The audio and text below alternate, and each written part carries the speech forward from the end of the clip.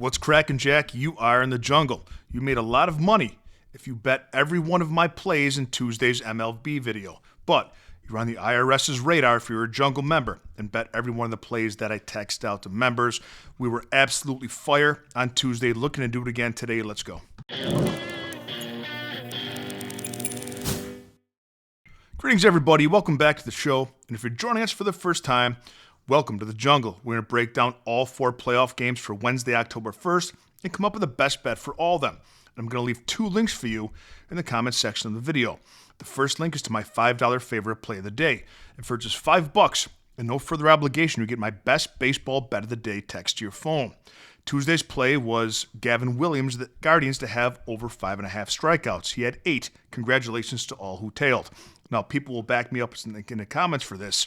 When I sent that out, I got it at a line of, you can see here, minus 107.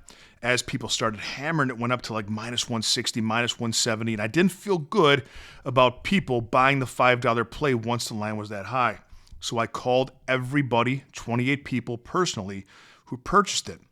And I said, here's the deal, man. It was Gavin Williams. That's my play of the day, but the line is higher now. So I'm going to give you another play complimentary, and that play was the Red Sox on the money line. And that hit as well. So a great day for those who purchased $5 plays of the day. They got 2, and they both hit. The second link is to become a jungle member.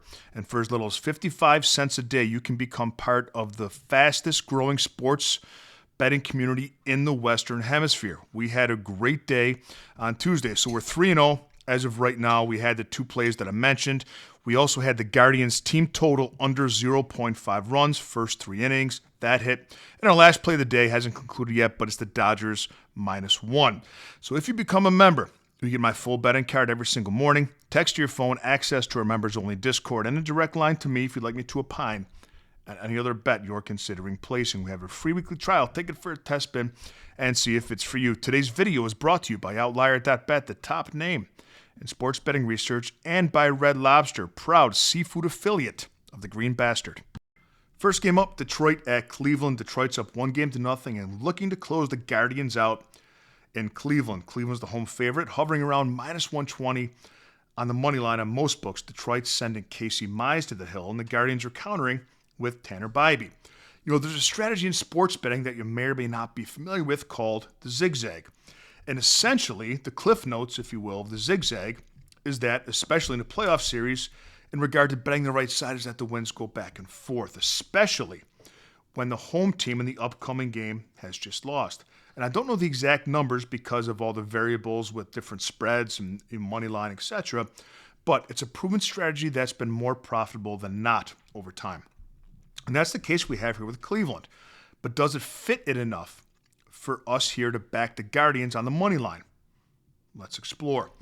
In regard to handicapping this game and all games today, there's nothing different that I can really say than yesterday in regard to teams' performances and bullpen's performances over the season.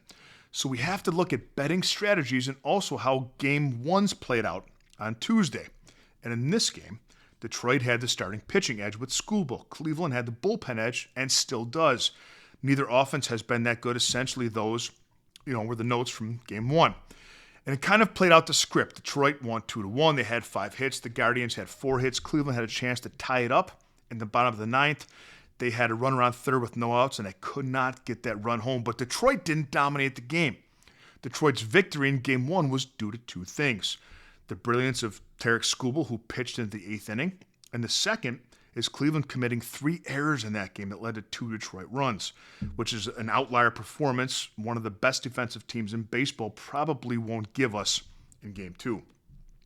Detroit does not have Skubal in Game 2. And the last time Casey Mize pitched against Cleveland, the Guardians beat him 7-5.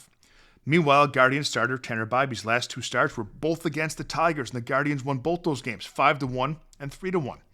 Starting pitching edge goes to Cleveland in this game. Bullpen edge still goes to Cleveland. Gavin Williams ate up 6 innings in Game 1 and hit our strikeout prop. Thank you very much, Gavin. So that means the bullpen doesn't carry the fatigue that you might think or be worried about going into Game 2. So does the zigzag theory fit or strategy fit back in the Guardians on the money line in this game? The answer is absolutely. It's a prime zigzag spot with the home team. And the variables that helped the Tigers win a narrow victory in Game 1 are now tilted toward the home team, the Guardian side today. With the starting pitching edge, and Cleveland, who was one of the best defensive teams in baseball all season long, will not commit 3 errors again today. The play you want here is Cleveland on the money line. Second game, San Diego at Chicago. Dylan Cease going for the Padres. And the Cubs are using Andrew Kittredge as an opener. He'll most likely go 1 inning. That's what he does, and give way to either Imanaga or Horton. The Cubs won Tuesday 3-1, and they out-hit the Padres 6-4. And as I mentioned in yesterday's video, most importantly, their power was the difference. They hit 2 home runs, and the Padres hit 0. I expect the Cubs to get to Dylan Cease. He's had an off year. Cease is 8-15 on the year with an ERA of 4.55 and a WHIP of 1.33. Both are worse than league average. Nick Pivetta, Padres starter for Game 1, only won 5 innings, so the Padres had to use full 4 bullpen innings.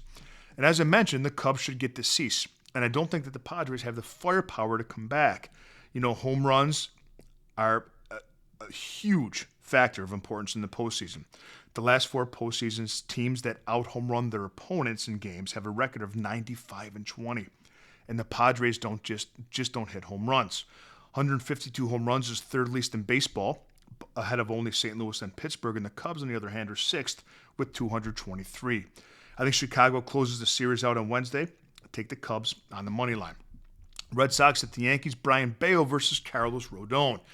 Red Sox up 1-0, trying to close it out. We were on the Red Sox money line, and congratulations to all the believers in that game.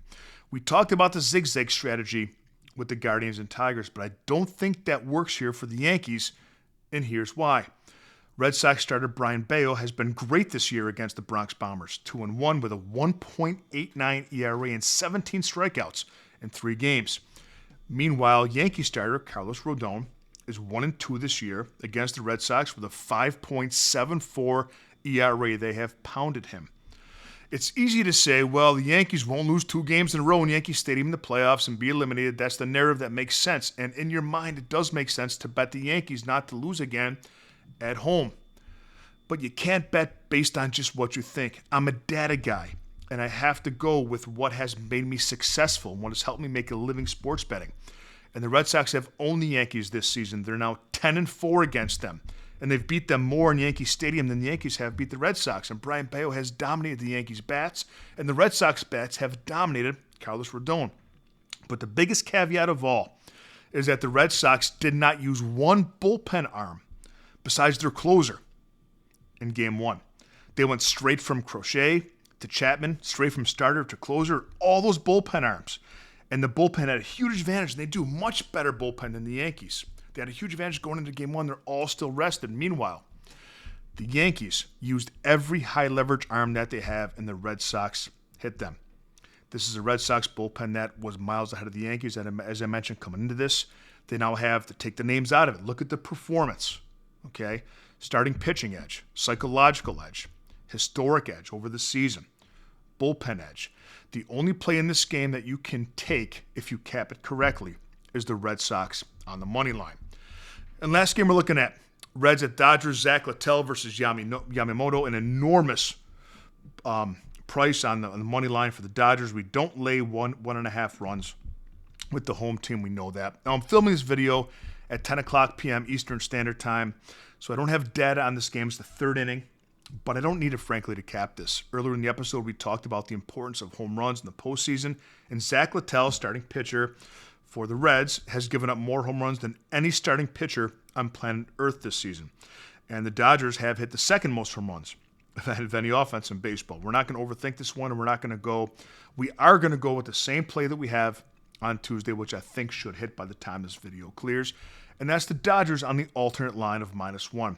Let's have a day, Jungle Nation, and I'll see you next time with a little more money in your pocket.